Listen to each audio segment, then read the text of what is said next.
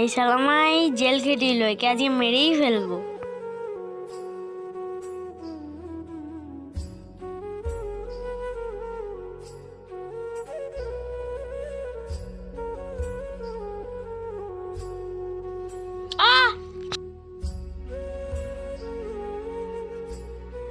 শালা তুই আমায় জেল খেটিলি, এবার মার।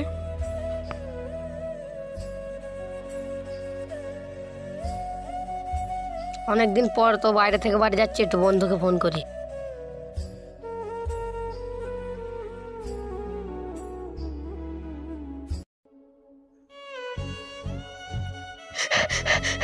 কি হয়েছে? এ নাও।